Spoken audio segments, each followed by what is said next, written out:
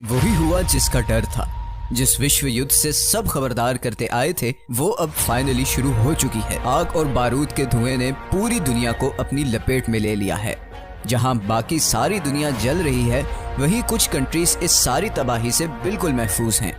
अगर world war 3 शुरू हो गई तो ये रहने के लिए सबसे सेफ ऑप्शंस होंगे। सबसे पहले आता है Switzerland. Switzerland France, Germany, Italy और ऑस्ट्रिया में घिरा हुआ एक छोटा सा लैंडलॉक्ड कंट्री है। स्विट्जरलैंड शायद दुनिया का सबसे न्यूट्रल कंट्री है। इतना न्यूट्रल कि पिछले 200 साल में स्विट्जरलैंड ने एक भी जंग नहीं लड़ी। इसने आखिरी जंग नेपोलियन के खिलाफ 1815 में लड़ी थी। यूरोप में होने के बावजूद स्विट्जरलैंड ना तो यूरोपीय यूनियन का मेंबर है और ना ही नेटो का हिस्सा है। स्विट्जरलैंड वर्ल्ड वॉर 3 में इतना सेफ कंट्री क्यों होगा? इसकी सबसे पहली वजह है स्विट्जरलैंड की जियोग्राफी। स्विट्जरलैंड को अगर हम 3 हिस्सों में डिवाइड करें तो साउथ में है स्विस एल्प्स, एक बहुत बड़ी माउंटेन रेंज जो इसे इटली और ऑस्ट्रिया से सेपरेट करती है। वेस्ट और नॉर्थ में जूरा माउंटेन रेंज है जो इसे फ्रांस से सेपरेट करती है।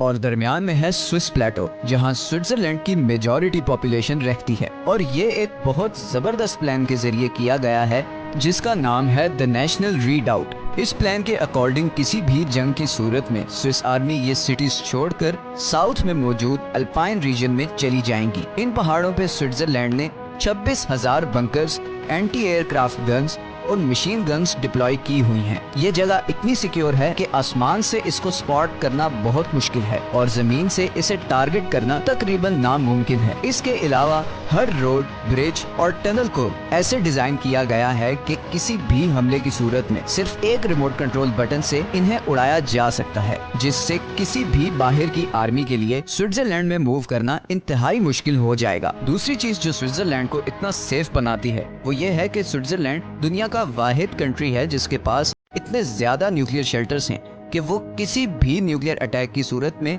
अपनी सारी आबादी को बचा सकता है। 1978 के बाद स्विट्जरलैंड में ये लॉ बन चुका है कि हर रेजिडेंशियल बिल्डिंग में न्यूक्लियर शेल्टर जरूर होगा जो तकरीबन 12 मेगाटन का ब्लास्ट बर्दाश्त कर सके। स्विट्जरलैंड की न्यूक्लियर शेल्टर कैपेसिटी 114% है। मतलब सिर्फ अपने ही नहीं बल्कि बाहर से 14% और लोग भी आ जाएं तो ये शेल्टर उन्हें भी अकोमोडेट कर सकते हैं।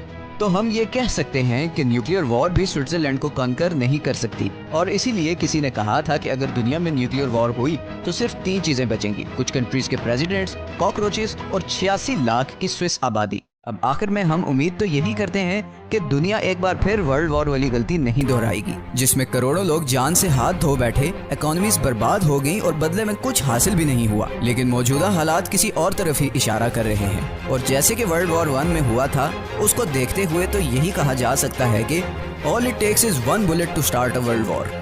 अगर आपको ये वीडियो अच्छी लगी है तो इसे लाइक और चैनल को सब्सक्राइब जरूर कर